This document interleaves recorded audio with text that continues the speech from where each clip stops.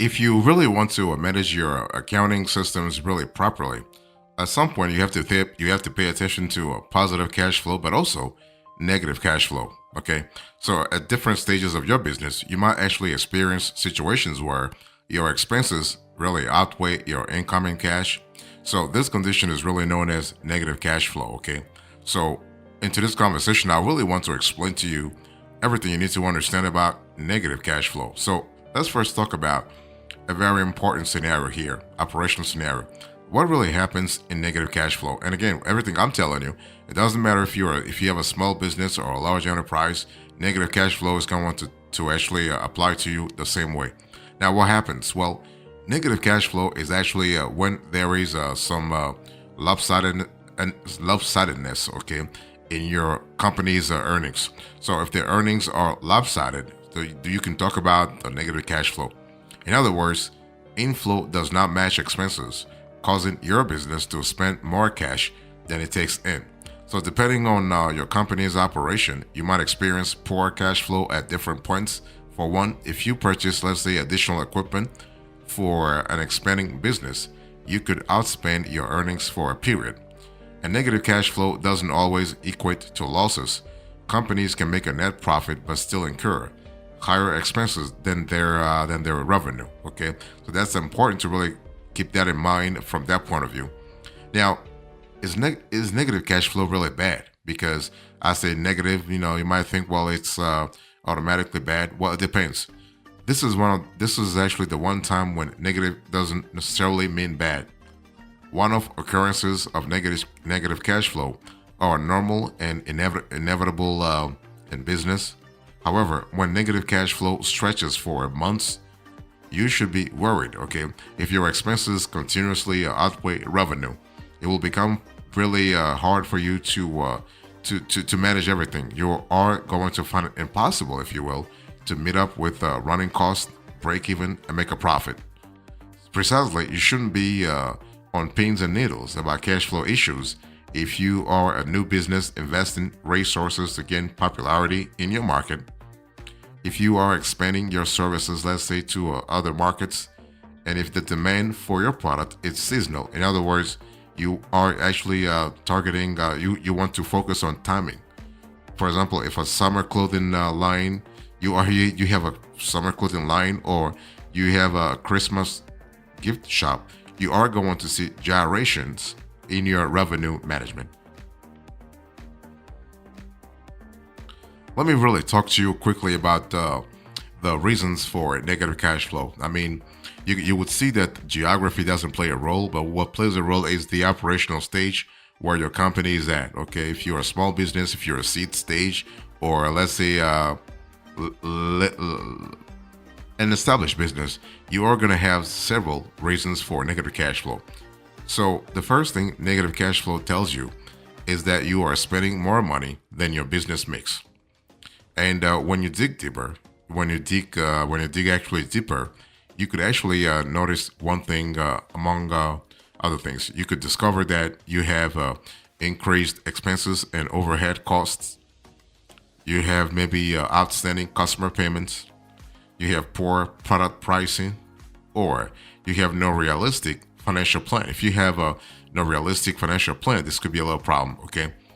And so when I speak about by that, you have to understand that it's all about the operation stage of your business. For instance, when I speak about increased or unexpected expenses, despite having a financial plan for a period, unplanned expenses can crop up, leading you to spend above your cash flow threshold. For example, if your equipment develop a sudden fault, you need to pay for repairs, right? Also, if the prices of raw materials bump up, this can increase your overhead costs and actually upset your revenue cash flow balance. When I speak about outstanding customer payment, so extending credit to our customers is a brilliant move, but it can hurt your cash flow in the medium and long term, especially if you don't have the let's say the financial stability that you need. When most of your clients do not settle their debts on time, it reduces your revenue significantly. So business owners struggle to meet up with financial commitments because of the sheer volume of pending invoices. You You also have poor product pricing. So setting up an ideal pricing system for your business is not a decision made off the top of your head. If you do this, you could end up overpricing or underpricing your product. So pricing your product above the market means fewer people will buy from you. Simultaneously, if you are charging too low, your business might not be profitable. Therefore, it's actually best to conduct a feasibility study plus market research first and use this data to fix ideal prices. And if you don't have a realistic financial plan, this could also hurt you. So you gotta have a well laid out budget. So let's talk about the impact of negative cash flow on your business, regardless of where you are at. Okay, your state, your country, your operational stage doesn't really matter.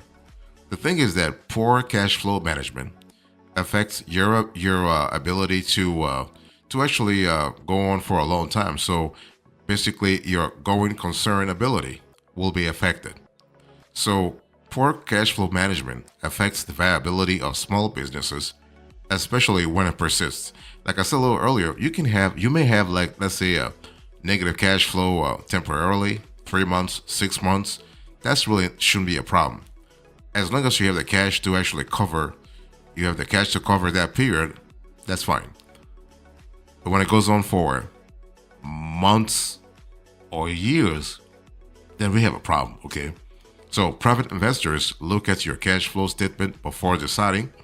So when I say cash flow statement, basically your cash flow statement has three sections: your cash flow from operating activities, your cash flow from investing activities, and your cash flow from from financing activities. Okay, and your total cash flow at the end of the period should be a sum of all those three. So if there is no consistent positive cash flow in your financial statement, investors might become skeptical about your business's financial health, as you cannot guarantee ROI. I mean, investors are not philanthropies. They invest, but they want to really see a return on investment too, right? So if you can't guarantee ROI, return on investment, there's no way they're going to look at your company as a viable one. Now, other setbacks include eroded business growth, inability to meet up with core business expenses, arbitrary budget cuts, okay, business losses, and finally, poor or inefficient operations. In other words, you can't really you can manage the foundation, the the primary foundation of your business. Let's talk about recovery from negative cash flow. I mean, negative cash flow is actually a temporary it's actually a temporary situation if done properly, right? So you got to really have a clear idea about how you can recover real fast. So there is actually no plug and play solution for recovering from a cash flow deficit. The big question is, you got to always ask yourself, why am I having a cash flow deficit in the first place? Why do I have a negative cash flow? Because if you have a negative cash flow and the deficit, it happens because you are investing in the business. That's fine. That's not a problem, right? But if you have a negative cash flow because you're actually spending money on something that's not benefiting the business, that could be really problematic. Okay. Now there are a few ways to actually recover from a negative cash flow. But one thing I need you to understand is that ultimately you need to take a keen look at your balance sheet and cash flow statements. Not you don't have to take a look at your P&L, your profit and loss. No, look at your balance sheet, especially your liability section and your cash flow statement, particularly in your cash flow from operating activities. Okay, so once you look at your balance sheet and cash flow statements, you want to craft a unique recovery plan to help you achieve healthy cash flow. So maybe you might want to cut down your expenses. So expense reduction can really help you stabilize your cash flow, right? Your cash flow negativity, if you will. You can also streamline your payment terms. So if you are paying paying right away, maybe you want to have net 30 or net 45. In other words, you want to look for business credit, and also make sure that you have an emergency stash. Okay, That will help you. The emergency reserve will help you big time. So cut down your expenses. Take a hard look at your overhead cost and operating expenses. So if there is anything that you shouldn't be paying for, then cut it out. And here it would be best if you made some hard business decisions. Consider merging job roles, slowing down your investing activities, or working with more affordable vendors and suppliers. You want to streamline your payment terms, so if your business is written with extended debt or bad debt, restructure your payment terms and conditions. Cutting back on credit is a smart way to achieve positive cash flow by encouraging payments to make on-time payments. By encouraging customers to make on-time payments. You also have the emergency stash that I spoke about a little earlier. So if you want to meet unexpected financial obligations, you want to create an emergency stash for your business. So this is actually the money for sorting out sudden expenses like fixing equipment, credit card fees, and surprisingly, taxes. So a hack for building up your emergency funds fast without increasing your cash inflow, is to actually cut down cash outflow and divert these funds into your stash. So that's a great way to think about it that way.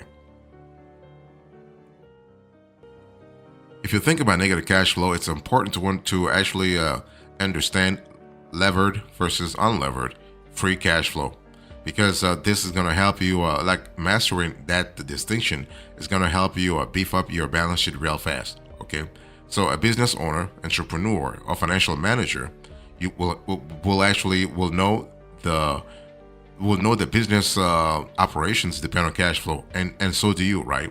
So the amount of cash flow you manage on a daily, quarterly, or even annual basis has implications for the way you grow and sustain your company in the first place. And you gotta know how to do these things from a scalable point of view.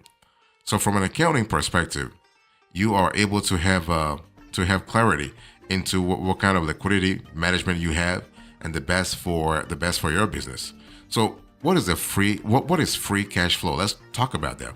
Well, free cash flow is the amount of money that your business has after settling debt payments, operating expenses, payroll expenses, and taxes. So free cash flow appears on a cash flow statement and represents the amount of money that remains after accounting for outflows. So in most general applications, accounting professionals recognize two types of free cash flow. So you have the unlevered free cash flow, the UFCF, and then you have the levered free cash flow, LFCF. So what is unlevered free cash flow? Well, the term unlevered in free cash flow corresponds to the amount of money that is available before meeting financial obligations. So unlevered free cash flow is a theoretical dollar amount that exists on a cash flow statement prior to paying debts, expenses, interest payments, and taxes. So that's important to keep that in mind. So unlevered free cash flow is usually only visible to financial managers and investors instead of to the average consumer. It really showcases enterprise value to debt holders with a stake in the company's financial well-being. Okay, so that's important. So this metric may also be called the free cash flow to firm, FCFF. So regardless of how it's named, the most important thing to remember is that it is actually indicative of gross instead of net free cash flow. So that's important to really think about that. Okay, so unlevered is not related to debt obligation. Unlevered free cash flow is actually the money that still exists after interest expenses, regular operational expenses, local, state, and federal taxes, and also capex, so capital expenditures. So that's important to look at it from a scalability point of view.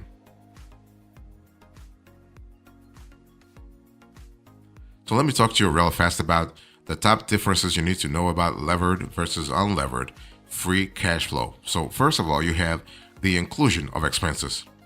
So when if you really understand the fact that levered just means that you have a debt obligation, and unlevered, it has nothing to do with debt, you have to understand that unlevered free cash flow does not include expenses, right? While levered free cash flow factors them in. So keep in mind that for business accounting purposes, The broad term for expenses can include more than operating expenses. So expenses can also include any interest expense, debt payment, taxes, or capital expenditures. So that's really important to look at from a flexibility point of view.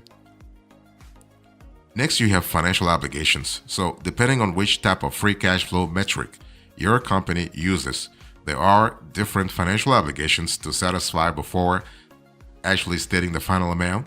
So when using a levered free cash flow formula, your company is obligated to settle on expenses and amounts owed to debt holders prior to calculating a final total. On the other end, your company, if your company uses the levered free cash flow formula, you don't have the same obligation of paying those amounts for the purpose of reporting UFCF only. So this is not to say that your company is not responsible for its debts, investments, or taxes, but simply that it doesn't need to settle them prior to reporting unlevered free cash flow. You also have users and stakeholders. So there tends to be an overlap in the users, stakeholders, and interested parties who rely on both unlevered and levered free cash flow. So the reason for selecting one or the other often depends on the desired intention and on the level of transparency required. Okay. You also have cash flow formulas. So formulas are important for making cash flow projections. So in this comparison, there are a few notable differences between the two types of cash flow. So levered free cash flow uses the change in net working capital, mathematically represented by the delta symbol, as part of the equation. So net working capital is the difference between assets and liabilities. Unlevered free cash flow includes working capital, but does not really take into account the change in net working capital. So although subtle, this difference can change the final calculation big time, okay? So both formulas include capital expenditures, which typically take the form of capital investment that are used to grow and sustain the business. You also have the reason to track each type of cash flow depending on the model you're in. So that's important. And finally, you have the importance to financial health. So when it comes to financial stability, many accounting metrics are important. So while free cash flow are just one piece of the puzzle, levered and unlevered cash flows can illustrate different things depending on what management wants to see.